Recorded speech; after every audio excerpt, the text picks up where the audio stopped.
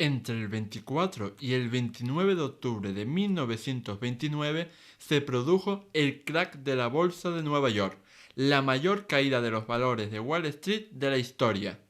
Más de 13 millones de títulos que cotizaban a la baja no encontraron compradores, por lo que ocasionaron la ruina de miles y miles de personas. En los siguientes años, las caídas continuaron hasta que, en julio de 1932, se había fumado el 90% del valor de las acciones estadounidenses. Si quieres conocer cómo fue el proceso que causó la mayor crisis económica de la historia, este programa es para ti. ¡Empezamos!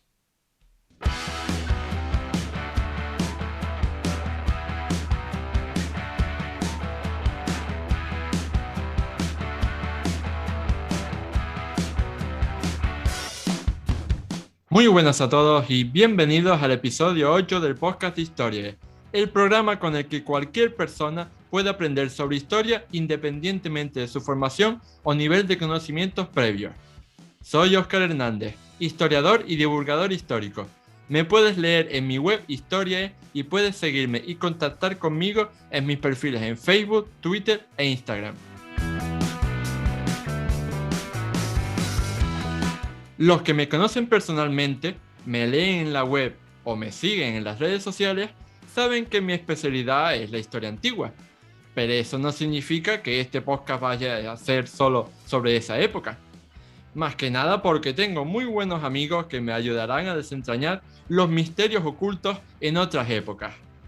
Por ese motivo, coincidiendo con la efeméride que se cumple esta semana, he querido invitar a uno de los mejores divulgadores históricos de nuestro país para que nos lo cuente todo sobre el crack de la Bolsa de Nueva York de 1929. Él es Rubén García, divulgador en la web O César o Nada y premio del periódico 20 Minutos al mejor blog de España en 2019. ¿Qué tal estás, Rubén? Hola Oscar, ¿qué tal? Muy bien, todo muy bien. ¿Estás listo para este programa?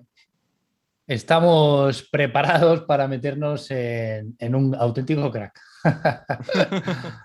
Sí, porque la historia del crack de la bolsa de Nueva York, yo diría que, que tuvo grandísimas repercusiones en la historia contemporánea y en la historia del siglo XX en concretamente, pero a lo mejor no es tan conocida hoy en día, ¿no? Yo creo que es bastante desconocida. Todo el mundo que le preguntes, oye, ¿sabes lo que es el crack del 29? Tal, sí, te podrán decir, ¿no? Un problema financiero y tal, crisis de la bolsa, pero realmente no saben o no son capaces de darse cuenta que no es un problema puntual, que sí, evidentemente sucedió el día 24 de octubre, el famoso Jueves Negro, pero que es una consecuencia de una serie de años anteriores y repercutió de manera pues a nivel mundial durante muchos años posteriores, con lo cual estamos hablando Mm, que destacamos una fecha, pero estamos hablando de casi 20 años. mm. Así que bueno, como ya has anticipado en esta participación, si tuviéramos que definir en pocas palabras qué fue el crack de la bolsa de Nueva York de 1929, para todas esas personas que a lo mejor tienen una vaga idea, pero que no se hacen finalmente un concepto sobre ella, ¿cómo podemos definirla en resumidas cuentas en 2 minutos? Como definición clara, podemos hablar que el crack del 29 es la mayor crisis bursátil o de bolsa de la historia, no solo de Estados Unidos, sino mundial, que repercutió en una enorme crisis económica que afectó como un dominó a todo el mundo. No olvidamos que en aquellos tiempos Estados Unidos ya se había convertido en la primera potencia mundial, sobre todo tras la Primera Guerra Mundial. Y claro, no solo estamos hablando de la primera potencia mundial, sino que era prácticamente era el Banco del Mundo. Es decir, prestaba dinero prácticamente a la mayoría, a Alemania, a muchos países europeos. Y claro, cuando el gigante norteamericano cayó, pues cayeron todos los demás. Detrás, además, muchas de ellas todavía no se habían recuperado de la Primera Guerra Mundial, con lo cual lo tenemos que definir, lo podemos definir como la gran crisis para la gran crisis del capitalismo o la gran crisis de la economía mundial en la historia. O sea, no es cosa pequeña y afectó, como ya hemos comentado, durante muchos años a todo el mundo. Mm. Y de hecho, el crack del 29 podemos situarlo para que la gente se haga una idea así a modo de tabla. Podemos ponerlo, es un punto que divide los famosos felices años 20, fíjate cómo cambia el tema, Mm. pasa de los felices años 20, pasa al crack del 29 y entra la Gran Depresión. O sea, estamos hablando de un auténtico punto de inflexión, un auténtico punto de inflexión, ¿no? Sí, como extrapolando, ¿no? Extrapolando el tema y con los debidas salvedades, ¿no? Me recuerda un poco como en la Atenas del siglo V, ¿no? Que se pasa de la época de esplendor después de las guerras médicas, ¿no? Esos 50 años de la Pentecontesia, cuando se construye el Partenón, etcétera. Y después vamos a la guerra del Peloponeso, que los odió todo, por así decirlo. Exacto, y a nivel económico lo que hablan mucho los economistas, del cual evidentemente yo no soy ningún experto, ni mucho menos, hablan de los ciclos económicos. Es decir, Mm, no existen los años felices eternos, mm, como pensaban muchas veces, en muchos casos, como ahora ampliaremos un poco, como pensaban muchas de las gentes de los Estados Unidos, de cualquier nivel social, que prácticamente pensaban que era muy fácil hacerse rico. Entonces, ahora mm, analizaremos un poco además analizaremos un poco y hablaremos de lo que es una burbuja realmente, que es lo que pasó. Es decir, que es una burbuja que nosotros hemos vivido hace relativamente poco, con lo cual también tenemos que tener en cuenta que a lo mejor de lo que pasó en el 29 no aprendimos mucho. mm. Y si quieres hacemos un pequeño resumen el famoso Jueves Negro, el 24, muy por encima de lo que es esa semana, porque vamos a Mm, explicar, evidentemente, como hemos comentado, hay muchos años antes, incluso unos primeros síntomas que nadie quería ver, años sí. antes, y luego como vino pues la debacle económica a todos los niveles después. Pero ¿qué pasó Mm, cuando hablamos del crack del 29? Cuando hablamos del crack del 29, o del famoso Jueves Negro, estamos hablando del 24 de octubre de 1929. ¿Qué pasó ese día en la bolsa de Nueva York, el famoso Wall Street? Pues que se desplomaron de manera espectacular los precios de las acciones. ¿Cómo habíamos llegado hasta aquí? Pues con un aumento continuo durante varios años de las acciones que no paraban de subir. Es decir, cualquiera que invirtiera un poquito de dinero, le era muy fácil recuperarlo. Con lo que mm, ocurre que la gente empezó a pedir créditos para poder invertir más, porque como era ganancia segura, con lo cual eso empezaron a crecer de una forma realmente increíble.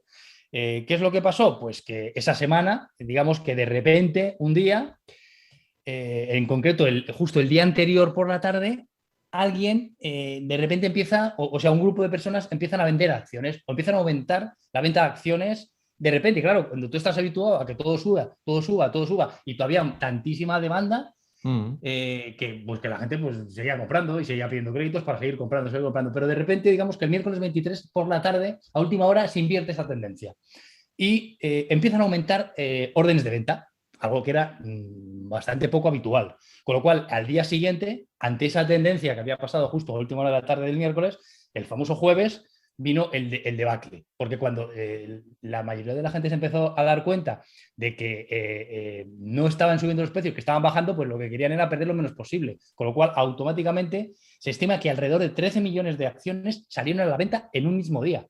O mm, sea, la gente comenta, los que lo vivieron o los demás que lo vivieron, los familiares, porque hay documentales espectaculares que lo que hacen es la gente, los hijos y los nietos de los que lo vivieron, que lo cuentan, ¿no? Cuentan pues que en esos días la gente, por ejemplo, dormía en Wall Street. Los corredores de bolsa dormían en Wall Street. No había, las impresoras no tenían tinta para imprimir todas las acciones de todos los cambios de bolsa y todas las peticiones de venta. O sea, fue realmente algo que difícil de imaginar, ¿no? Desde nuestro mm, punto de vista. Eh, que ese 24, el famoso Jueves Negro, pues ahí es donde fue el principio del todo. Entonces, pero hubo un pequeño intento de solucionar, digamos, o de invertir esta tendencia vendedora. Curiosamente, el viernes, al día siguiente, el viernes 25, los famosos banqueros de Nueva York, los Morgan, etcétera, y algunos de los mm, más importantes banqueros, pues tuvieron una reunión, según cuentan, de hecho, en el banco JP Morgan, y lo que decidieron fue intentar revertir cómo, pues comprando ellos mismos muchas acciones. Es decir, intentando cambiar un poco la confianza de la gente. mm, No surgió efecto durante ese fin de semana, por lo menos, debieron ingresar, comprar una barbaridad de acciones, pero Ese fin de semana se mantuvo un poco estable, pero el lunes fue aún más fuerte la bajada de la del jueves negro. O sea, el lunes ya se demostró que no tenía ninguna posibilidad de invertirse la tendencia y que el problema estaba escrito. Y prácticamente el martes 29 es cuando se da ya la debacle final y ya está todo escrito, que vendrán la famosa Gran Depresión Mm, y la ruina sobre todo de mucha gente. Es decir, el problema del crack de 29 es que cualquiera pensaba que se podía hacer rico. ¿Vale? Entonces sí. la gente, como era tan fácil ganar dinero y como te daban créditos tan fáciles y te daban todo tan fácil, pues la gente invirtió no solo el dinero que tenía, sino todos sus ahorros. Entonces, claro, en el Mm, momento en que eso se pierde, pierdes no solo el dinero que has invertido, y si has invertido todos tus ahorros, pues imagínate lo que te quedas. Con mm. una mano delante y otra detrás. A propósito de esto que dices, precisamente de la pérdida de los ahorros, yo te quería preguntar a ver si podrías concretar un poco más y decirnos hasta qué punto fue grave la crisis económica provocada por este hundimiento financiero. Si tienes algún dato, ¿no? Las mediciones macroeconómicas o cómo afectó a las familias. Por ejemplo, en cuanto a las acciones que hemos comentado, una empresa como Chrysler, por ejemplo, las acciones de Chrysler en Mm, poco menos de un año pasaron de venderse a 135 a 5. Es decir, esa es la proporción que disminuyeron. mm, O sea, prácticamente las empresas que estaban, evidentemente, como buena burbuja, muy sobrevaloradas en cuanto a lo que es mm, el valor real, pues las empresas, los valores de las empresas se hundieron. ¿Qué es lo que ocurre cuando se hunde el valor de una empresa? Que la empresa quiebra o la empresa empieza a despedir a la gente. Es decir, mm, cuando empieza a despedir a la gente empieza a no poder consumir. Otro de los problemas fundamentales que influyó esta caída de bolsa fue la ruina de pequeños inversores. Cuando hablamos de pequeños inversores, hablamos de pequeños inversores y cualquiera.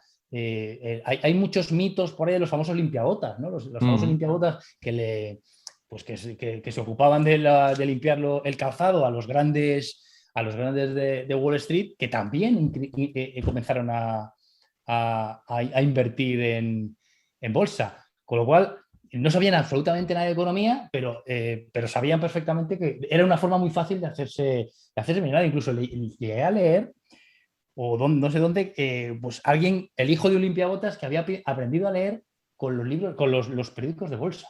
mm, O sea, hasta esos niveles llegaban. Es decir, la famosa frase esa que no se sabe muy bien de quién la dijo, ¿no? Incluso ni siquiera si alguien la dijo, de cuando mi limpiabotas invierte en bolsa, es el momento en que yo lo tengo que vender todo. No sé si lo dice el Rockefeller o Joseph Kennedy, no lo sé. Las típicas como las frases de Pablo Coelho, que se las asignan todas y luego probablemente no las dijera.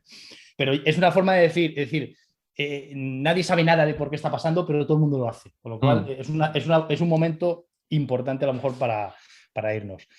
Eh, en cuanto uno de los principales problemas probablemente fue el paro que afectó a todo el mundo, es decir, no solo a los Estados claro. Unidos, pero en el momento en que las empresas empiezan a caer en bolsa, en el momento en que empiezan a no haber dinero en cuanto a créditos, porque otra cosa de las que cayeron a través después del crack fueron los bancos. Estados Unidos era un país lleno de bancos pequeños. Es decir, no había Mm, grandes multinacionales bancarias, las había, pero la mayoría eran bancos pequeños, es decir, bancos de una esquina. Como hoy podemos encontrar una panadería, había un banco pequeño, ¿no? Donde la gente guardaba sus ahorros. Se estima que en los 3 años después del crack, es decir, hasta 1932, 5.000 bancos cerraron. ¿Qué significa que un mm, banco cierre? Un banco cierre significa que todos los ahorros de la gente que lo haya dejado ahí lo pierde. Con lo cual, imagínate, los ahorros de toda la vida de muchísima gente se fueron al carrete. La sí. gente tenía que dormir en la calle, no tenía para comer. ¿No? Es decir, el, el problema económico y el problema social de Estados Unidos y del resto de Europa, porque repercutió, fue realmente algo que tenemos que tener en cuenta. Algo que es difícil imaginar, ¿no? Porque sí, en el 2008 hubo una crisis, Mm, pero imaginaros lo que pudo ser esto en 1929. O sí, sea, efectivamente. Y, y mucho menos, pues, en ese contexto, ¿no? Que es muy diferente al actual en el sentido de que, evidentemente, no existía internet ni exacto. unos grandes sistemas de comunicación o aprendizaje online, ¿no? O sea que cuando pasaba todo esto, pues no tenías muchos medios, ¿no? Para enterarte de lo que estaba pasando en el resto de tu país o en el resto del mundo. Exacto, no tenías, no, claro, no había ningún, estaban los periódicos, Mm, estaban pero claro, la velocidad sobre todo de transmisión de las noticias, pues no eran tan rápidas como lo eran mm, ahora. claro. Ya existían los famosos de, sí es verdad que en aquella época en Nueva York, pues bueno, los periódicos pues tenían mucha fuerza, los niños que repartían lo de Mm, última hora y tal, pero claro, en el momento en que esto sucede, ya no había solución, es decir, claro. no fue un efecto que se creó durante muchos años y que fue en el Jueves Negro cuando explota, pero realmente el problema no fue 3 días y una semana. El problema se fue Mm, acumulando por la famoso el mito de la prosperidad y el mito de los años felices, en el que por el hecho de mero de salir de ser estadounidense ya tienes el derecho a hacerte millonario. Es decir, la gente lo mm, tenía convencido. Es decir, es un poco similar a lo que pasó a finales del siglo XIX en Argentina, ¿no? Que también decían que un argentino escupía al suelo y crecía una planta. Y llega un mm, momento que te lo llegas a creer, ¿no? Es decir, que venga, es como era tan fácil, date cuenta. Tenemos que tener en cuenta que lo que hacían era lo que llamaban el margen del 25%, es decir, que tú como un 25%, los agentes de bolsa a través de los bancos te fiaban un 75%, con lo cual prácticamente mm. con un poquito eres capaz de invertir mucho y como se ganaba mucho, pues recibías puntualmente, es decir, era como una fiscalía que se movía la cola. Con lo cual, claro, en el momento en que eso quebró, pues quebraron todos, es decir, quebraron evidentemente los bancos, los Mm. agentes, y evidentemente el limpiabotas de turno, o el que fuera. Claro, por eso se llama burbuja, porque Exacto. cuando estalla afecta a todos. La verdad es que es muy interesante todo esto que estás comentando, la verdad. Yo particularmente nunca había oído esta curiosa historia, ¿no? De los limpiabotas, así que quería preguntarte más, que nos concretaras, ¿no? Que nos detallaras más a fondo cómo fue la formación de esa burbuja a lo largo de los años 20. ¿Qué se hizo tan mal? Se hicieron muchas cosas mal, además a lo largo de muchos años. Lo primero, una burbuja, que desgraciadamente es una palabra que hemos oído recientemente y desgraciadamente seguramente la volveremos a oír. Es decir, cuando hablamos de una burbuja financiera o en estos niveles, ¿de qué estamos hablando? Bueno, pues una burbuja es simplemente la subida de un precio de un activo, cualquiera, muy por encima de su valor real. Es decir, cuando algo tiene un valor, entre comillas, que no es su valor real, ¿no? Además es un sistema, es un problema, esas subidas de precios continuas que se autoalimentan en sí mismas. Es decir, cada vez valen más, como mientras haya demanda, los precios no paran de subir, con lo cual cada vez hay más diferencia entre el precio real y el precio que se ha desorbitado, ¿no? Estamos hablando que los productos se revalorizan hasta un punto, hasta el punto en que dejan de revalorizarse y lo que llaman es se desvalorizan, que es justamente lo que pasó la tarde previa al Jueves Negro. Pasaron de comprarse a venderse todas. Entonces, en el momento en que se vendieron, pues se desplomaron los precios. ¿Qué es lo que se hizo mal en los años 20? Bueno, evidentemente, después de la Primera Guerra Mundial ya hemos contado que el boom económico de Estados Unidos fue enorme. Estados Unidos se convirtió en la primera potencia mundial, en el proveedor de, de, pues, de materias primas, de productos industriales, de productos de consumo, de productos alimenticios, es decir, prácticamente prestador, porque comenzó también a prestar dinero, sobre todo a Alemania, para que pudiera pagar sus créditos, para que así todos pudieran consumirle a él. Es decir, era todo se retroalimentaba, ¿no? El sector industrial vivió un avance enorme, pero claro, cuando todo el sector, tantos sectores van aumentando de manera tan rápida, caen en el principal problema que es la sobreproducción. Aumento de stock, bajada de precios y luego, claro, la consecuente bajada de precios. En el mundo existía bastante inestabilidad, sobre todo en Europa, en cuanto a las monedas europeas, el dólar evidentemente no, pero el resto de las monedas eran muy inestables, por lo cual digamos que había un caldo de cultivo un poco bastante complejo, pero en Estados Unidos vivían, como ya hemos comentado, vivían en su mundo, en el famoso mito de la prosperidad.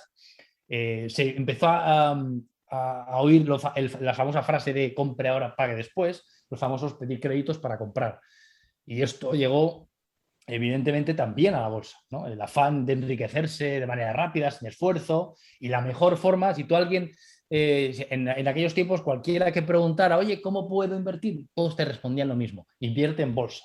Con lo cual, ahí fue un caldo de cultivo increíble para los agentes especuladores, porque la especulación fue al fin y al cabo, es la base, la especulación es la base de una burbuja, ¿no? Como pasó en el 2008.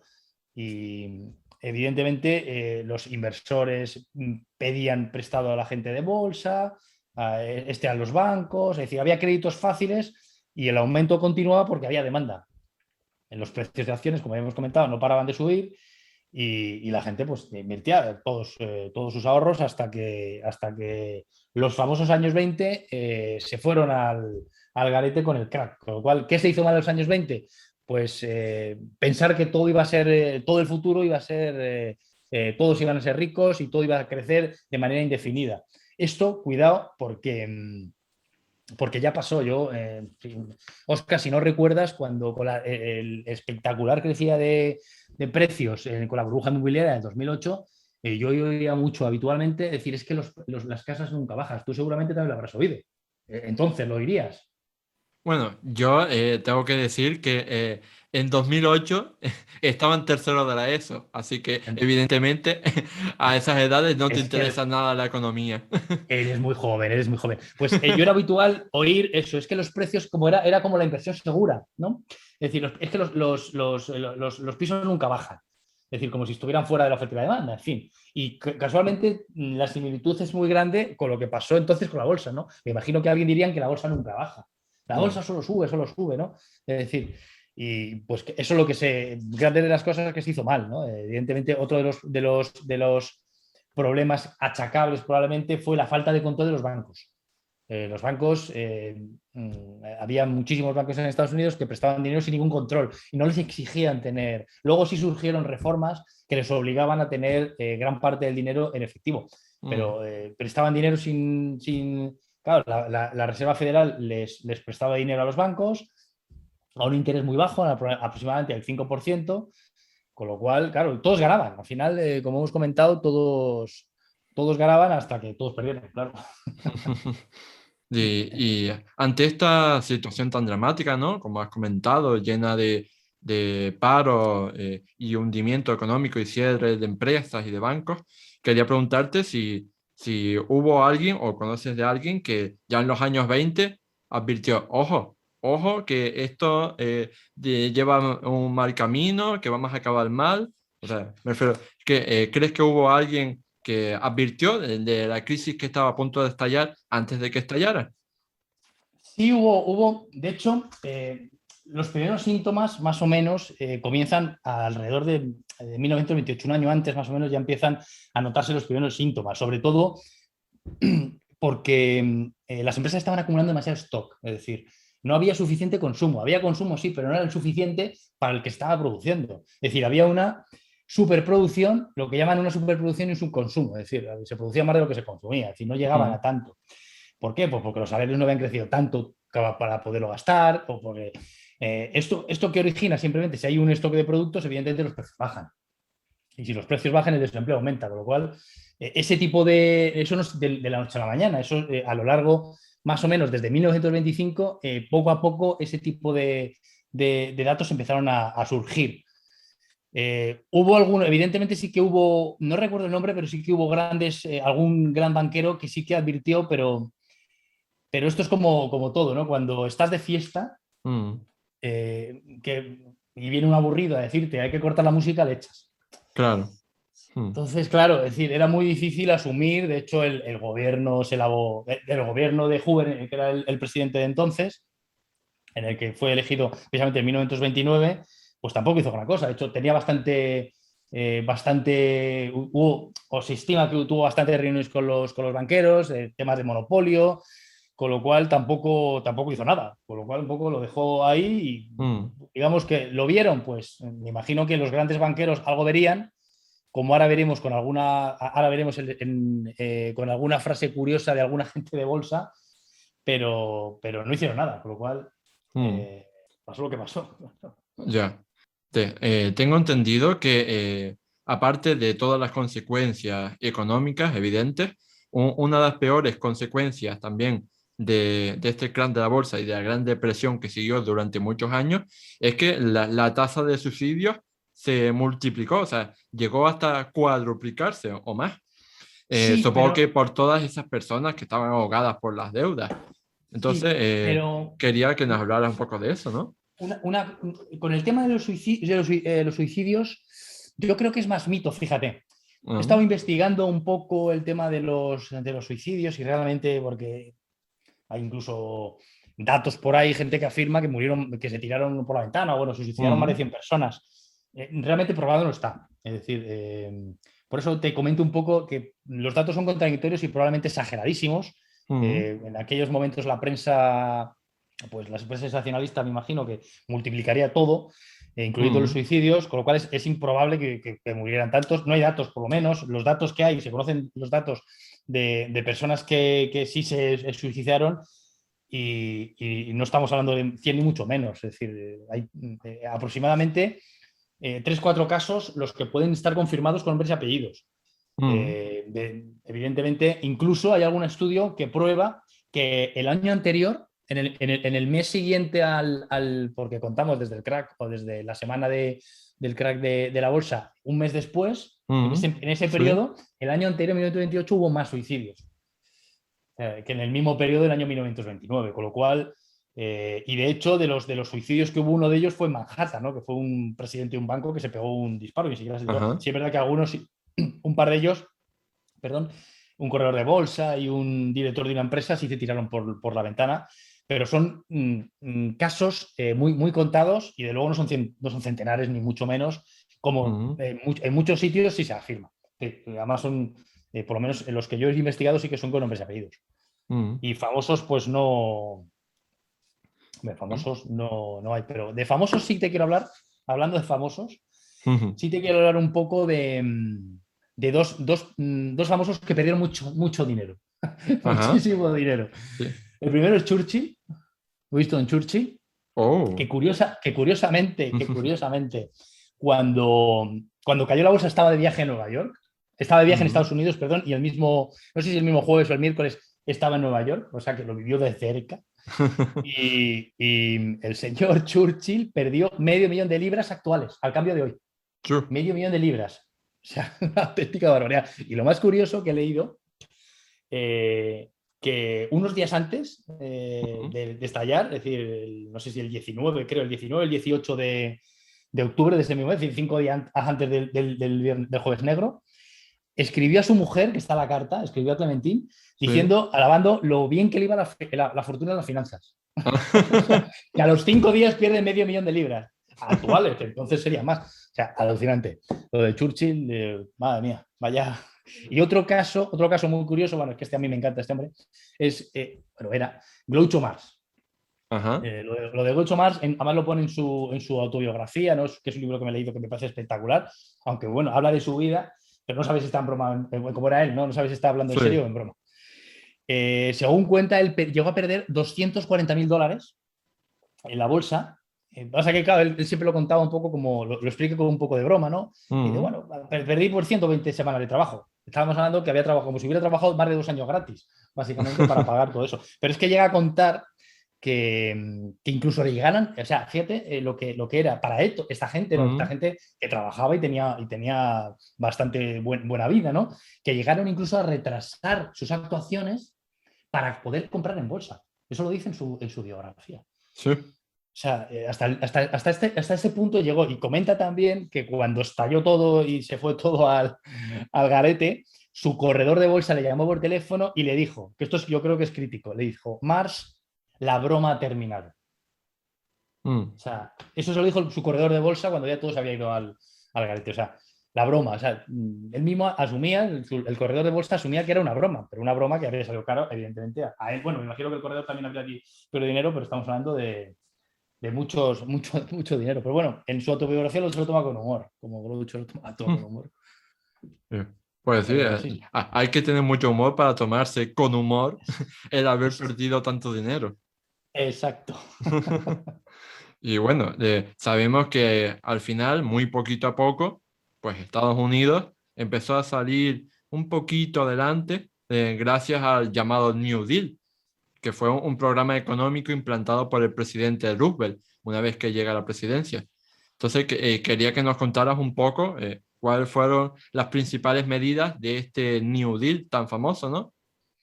Sí, Franklin Delano Roosevelt en 1933 llegó a la presidencia, el demócrata Roosevelt.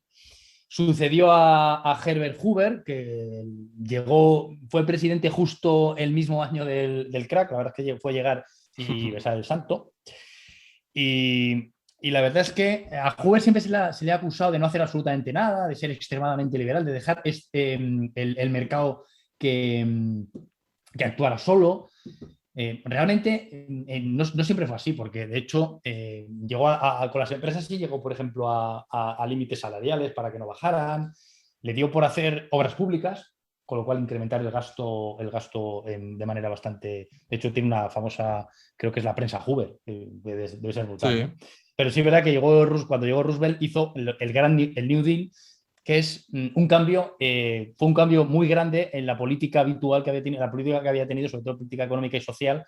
¿Por qué? Porque metió por primera vez el intervencionismo en la economía, es decir, basado en las ideas, ¿no? de Maynard Keynes, el famoso keynesianismo y tal. Digamos que fue el fin de los Estados Unidos de libertad económica y pues introdujo una cantidad de reformas, no solo del sistema bancario, que evidentemente el sistema bancario había fracasado de manera notable, pero sobre todo introdujo muchas reformas, también reformas laborales, lo que son unas reformas, yo creo que las más importantes, la famosa Ley Nacional de las Reformas Laborales, donde hablamos de salario mínimo, de precios máximos, de seguros de desempleo, es decir, una serie de ventajas para los trabajadores. Aumentó mucho mm, los impuestos, aumentó también el proteccionismo, es decir, metió muchos aranceles con respecto a importaciones de otros países, hizo reformas bursátiles, agrícolas, industriales, es decir, hizo una cantidad muy grande de medida, pero solucionó el tema. Ese es un tema que a lo mejor nos tenemos que plantear. Pues según muchos estudios alargó la crisis dicen que incluso hasta 7 años. Es decir, que si no mm, hubiera, evidentemente, implementó una serie de mejoras, sobre todo laborales, muy importantes, sí, pero el tema del proteccionismo, el tema de aumentar impuestos, el tema de aumentar los créditos, la famosa idea de Keynes, que era meter dinero a la gente para incentivar el consumo, pues lo que muchos especialistas hablan que lo que hizo fue alargar la crisis muchos años. Como curiosidad, por ejemplo, porque hubo otra crisis de la que no os he hablado, que fue el año 21-22, ¿no? Que fue la crisis que derivó de la Primera Guerra Mundial, que duró muy poquitos meses, prácticamente poco más de un año. Y dicen, ¿cómo puede ser? ¿No? Porque en esa crisis no hicieron nada. Y no hicieron nada no por nada, sino porque, por lo visto, el presidente, ¿cuál fue? Estamos hablando de Wilson, el presidente Wilson, exacto, presidente Wilson, en el momento en que iba a retocar un poco o a tocar un poco la economía, por lo visto tuvo un achaque de salud muy grave mm, y no pudo hacer nada. Y la crisis duró un año y medio. Por eso estiman que gran parte de las reformas que hizo el New Deal, que tiene muy buena prensa, la verdad, lo que hicieron fue alargar la crisis, con lo cual eso hay que tenerlo en cuenta. Con lo mm, cual, parte de la solución terminó siendo un problema. Evidentemente, algo había que hacer, pero hay grandes cosas. El problema es que muchas de las implementaciones o de las reformas que hizo Roosevelt, probablemente luego se intentaron llevar con Truman, porque Roosevelt no olvidemos que fallece al final de la Segunda Guerra Mundial, en 1945, sí, ¿no? Entonces, bueno, tras Truman vino Eisenhower y parte de estas reformas de intervencionistas, algunas se cortaron, pero la verdad es que tiene muy buena prensa, eso ya lo hemos comentado, ¿no? Que el New Deal parece, pero hay que decir todo y probablemente con otro tipo de reforma menos intervencionistas la crisis hubiera durado menos. Pero claro, luego llegó la Segunda Guerra Mundial y mm, pues Estados Unidos tuvo otro empujón. sí. Ya eso lo estropearía todo. Exacto. Ya.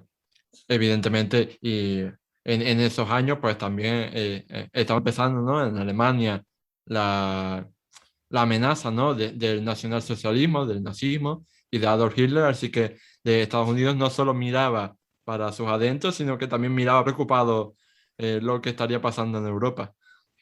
Sí, hombre, Alemania sufrió directamente de manera todos los países, ¿no? Mm, Evidentemente, todos los países europeos, Francia, sufrieron esta debacle, pero sobre todo Alemania por una sencilla razón, porque tras la Primera Guerra Mundial, pues bueno, Alemania tuvo que pagar grandes cantidades a los aliados, le dio mm, por hacer la mala praxis económica, que es imprimir dinero, con lo cual destrozó su moneda y mm, evidentemente no le valió de nada.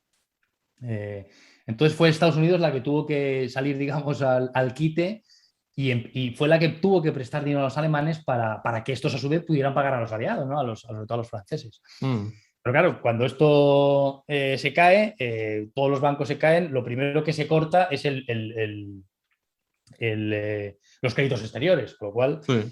Alemania le afectó enormemente por su dependencia con los préstamos estadounidenses, disminuyó por tanto la inversión, la producción industrial y claro, cuando disminuye todo eso, lo primero que baja es lo primero que aumenta es Mm. el paro y eso ya sabemos todo lo que supone para la gente, ¿no? Estamos hablando de todas las grandes potencias como Francia o como Inglaterra, pero Alemania sobre todo yo creo que fue Mm. la que más sufrió las consecuencias de lo que hemos comentado antes, ¿no? El efecto dominó del crack de la Mm. bolsa.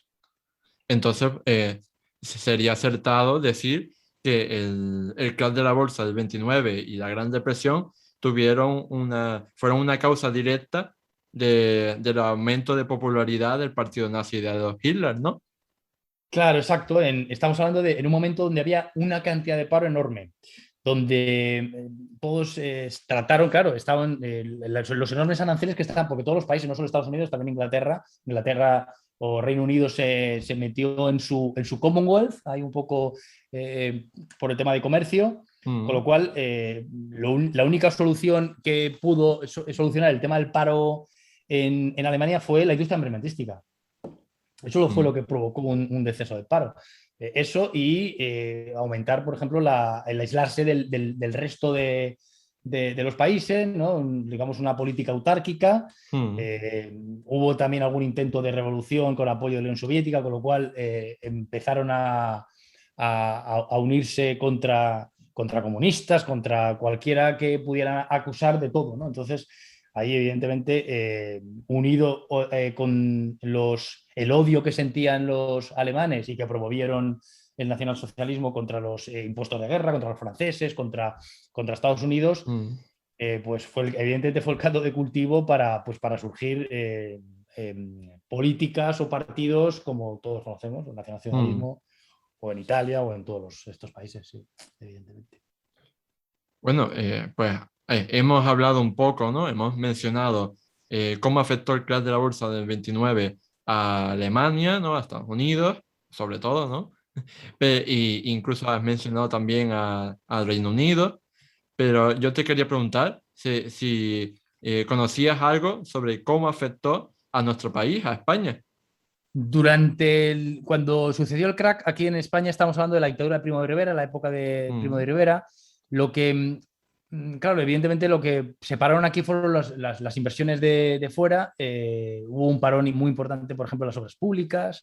mm, Hubo fuga de capitales, con lo cual nosotros a lo mejor no teníamos tanta dependencia como tenía Alemania, evidentemente, de mm, pues, la situación en la Primera Guerra Mundial, pero prácticamente notamos como el resto de los países del entorno el problema económico, probablemente no tanto como otros, como probablemente como Francia, mm. pero sí, aquí también tuvimos lo nuestro.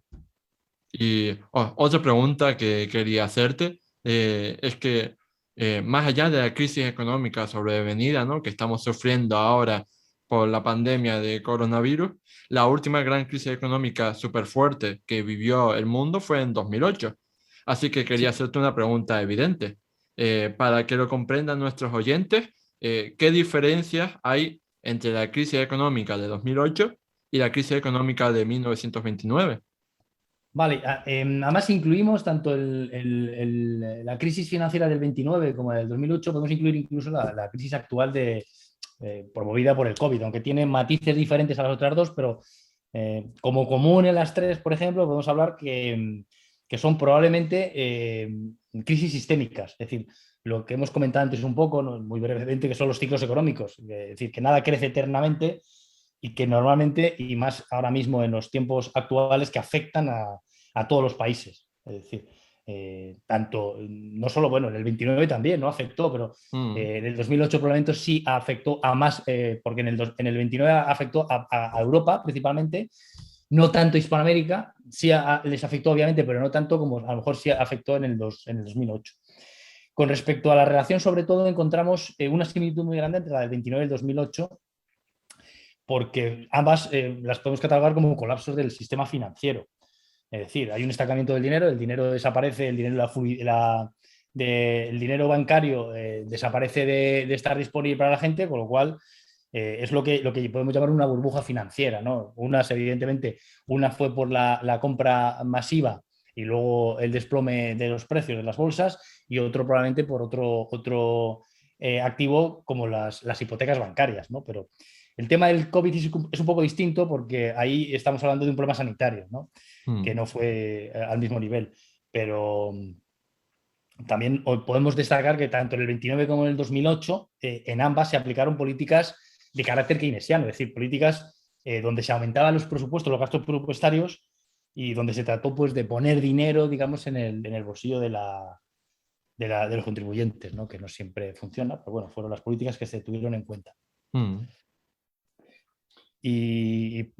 También en el 29, por ejemplo, frente a la del 2008, también hubo un problema con las materias primas. El mercado afectó no solo al mercado financiero, pero también al mercado de las materias primas, como en el 2008 afectó a los temas, como hemos comentado, a las hipotecas y a los fondos de inversión, ¿no? Es decir, eran mercados financieros, pero eran productos financieros diferentes. mm.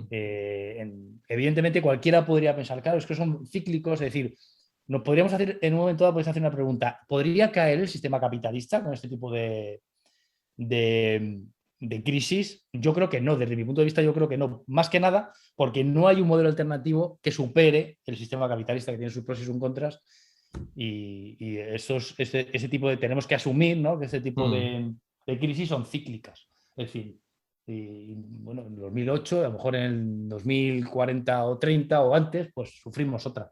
La cosa sobre mm. todo es estar, entre comillas, preparado. Se ha demostrado en el 2008, con respecto del 29, que no estábamos preparados. Bueno, a ver si la próxima nos pilla un poco mejor. Pues sí, la verdad es que uno ante estas cosas uno siempre tiene miedo, ¿no? A invertir o a gastarse más, o sea, grandes cantidades de dinero porque dice, ¿y si lo necesito en el futuro? Claro, exacto. Hay que tener, por eso hay que tener siempre como algo muy importante el ahorro. Mm, El sí, ahorro. Yo creo que es algo que no lo tenemos muy nosotros, no sé por qué nuestra generación, somos más de gastar que de ahorrar, ¿no? Por eso yo creo que es importante, sería importante que volviéramos a la famosa economía de la abuela. Si no tiene dinero, las abuelas, acuérdate, si las abuelas compraban lo que mm, tenían dinero. Si no tenían dinero, o sea, ni siquiera pedían créditos, ni sí. nada. O sea, hasta que no tenían el dinero no se compraban algo, ya fuera un coche, ya fuera una casa, nosotros lo pedimos todo prestado. Nos suena un poco, ¿verdad?, al margen del 25%, pues más o menos puede ser algo similar de las Mm. acciones del 29. Aunque bueno, también es cierto que si esperáramos, como tú dices, pues el 80% de parejas jóvenes o de jóvenes solteros no podrían independizarse hasta los 50 años. Ni ahora tampoco, si es que ese es el problema, que ahora tampoco. Pero, hombre, no, probablemente ni una cosa ni otra.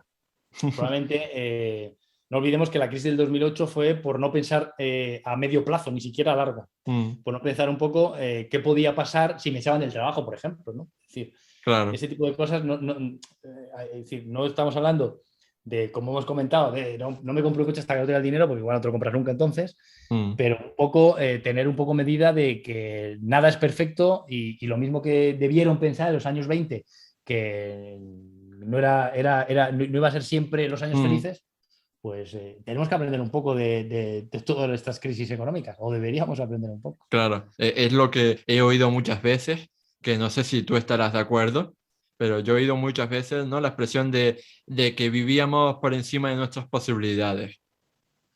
Sí, esa frase se ha oído mucho y también es muy aplicable probablemente a los años 20, ¿no? Las empresas valían lo que no valían y así lo que pasó, ¿no?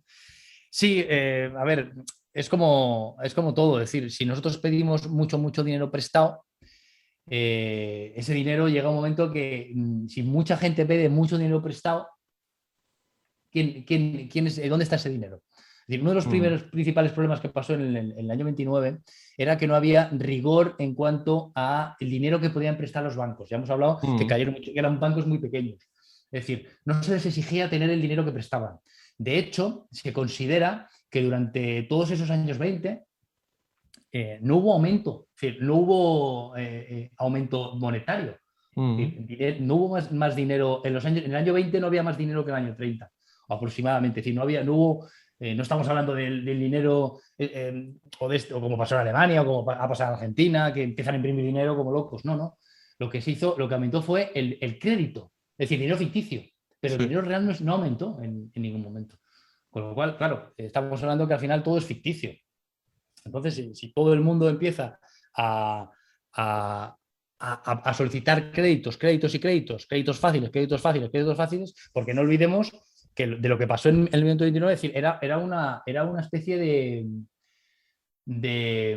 ciclo. Es decir, mm, alguien iba a comprar, iba un agente, el agente le prestaba parte del dinero, el agente iba al banco, el banco le prestaba parte del dinero al agente, el mm, banco iba a la Reserva Federal y la Reserva Federal le prestaba dinero al banco. Es decir, era un ciclo que, claro, cuando cayó uno, cayeron todos. claro. Porque era todo dinero ficticio, eran todo préstamos, préstamos de préstamos, además eran préstamos de activos que no lo valían, claro. Entonces, Mm. Bueno, pues por último, para ir acabando ya este programa, quería pedirte que, por supuesto, recomendaras a nuestros oyentes alguna película que trate sobre el crash de la bolsa del 29, ya que los que seguimos tu actividad en internet como divulgador, sabemos que eres un gran cinéfilo. sí, la verdad es que me gusta mucho el cine, bueno, y además, de hecho, me gusta mucho el cine histórico, me gusta mucho, pues, unir el cine y la historia, ¿no? Pues para buscar como siempre, una excusa para hablar para la historia, que es lo que nos gusta. Voy a recomendar algunas películas, hay varias. Hay una, por ejemplo, que es bastante desconocida, que se llama Gloria y Hambre, de William Wellman, es del año 33. Mm, Y no es que sea específicamente del crack, lo que ocurre es que es una película que recorre toda esta historia, desde la Primera Guerra Mundial hasta la Gran Depresión. Es decir, es un personaje que se llama Tom y tal, que va pues desde la Primera Guerra Mundial, pasa por los felices años 20, por la ley seca, por la Gran Depresión. Es decir, es mm, una película que es muy curiosa porque todos estos años, a lo largo de todos estos años, cómo va cambiando su vida. Es bastante curioso. Os voy a recomendar también Las uvas de la ira, ¿no? Es probablemente de todas mm. Muy una de las más mítica. famosas, muy Mm, mítica, de John Ford, de mm, 1940. Pues trata de una familia de campesinos, ¿no? Que son expulsados porque no pueden pagar, evidentemente, con el tema no pueden pagar a los acreedores, no pueden pagar el precio de la tierra, porque otra cosa que no hemos comentado, la agricultura se desplomó en Estados Unidos de una forma mm, tremenda. Eso fue a lo largo de los años 20, es decir, se desplomó. Entonces, en este caso, bueno, la familia pues, inician un viaje a California, que consideraban entonces la Tierra Prometida, ¿no? Es una mm. película dura, bastante dura. Otra película muy curiosa, yo creo que es la película de las más curiosas que voy a recomendar, es la de Danza Malditos, ¿no? Es de Sidney Pollack. Mm, Estamos hablando de en los años 30, ya en plena debacle económica, la gente está desesperada, entonces lo que hacen es organizar un maratón de baile con un premio de $1.500 al que va más aguante bailando. mm. Es una cosa, yo creo que es una película bastante, bastante curiosa. Y como última ya, os voy a recomendar Abajo el telón. Es una película más reciente, esta de 1999, de Tim Robbins. Y es una película que nos muestra la vida de los actores también en los años 30, en los años de la Gran Depresión, ¿no? Cómo luchan contra los problemas económicos. Bueno, en este caso hay muchos que no tenían problemas económicos, pero todo lo que luchan es por la censura, ¿no? Que también estamos hablando, que es otro de los temas que también surgieron había en aquellos tiempos. Entonces, bueno, yo creo que con estas cuatro películas podemos hacer una idea de estos tiempos tan críticos. Bueno, pues hasta aquí el programa 8 de Historia. Espero que nuestra conversación te haya gustado y te haya hecho comprender un poco más esa materia tan compleja como es la historia económica. Si quieres expresar qué te ha parecido este podcast, darme alguna sugerencia sobre temas a tratar en el futuro o preguntarle alguna duda a Rubén, te invito a dejar un comentario. Dicho todo esto, no me queda más que agradecerte infinitamente a ti, Rubén, el que hayas venido a colaborar conmigo en este programa. Sabes que yo te Un admiro placer. como persona y como profesional, que es incluso más importante. Así que te doy las gracias por buscar un hueco para grabar esta pieza. A tu disposición siempre, ¿no? Es un placer. Y a ti, mi querido oyente, quería invitarte a darle a me gusta, a puntuarnos con 5 estrellas si nos escuchas desde Apple Podcast, a suscribirte al programa y a compartirlo en tus redes sociales para que llegue al máximo público posible. Nos vemos en el próximo programa de Historia. ¡Hasta luego!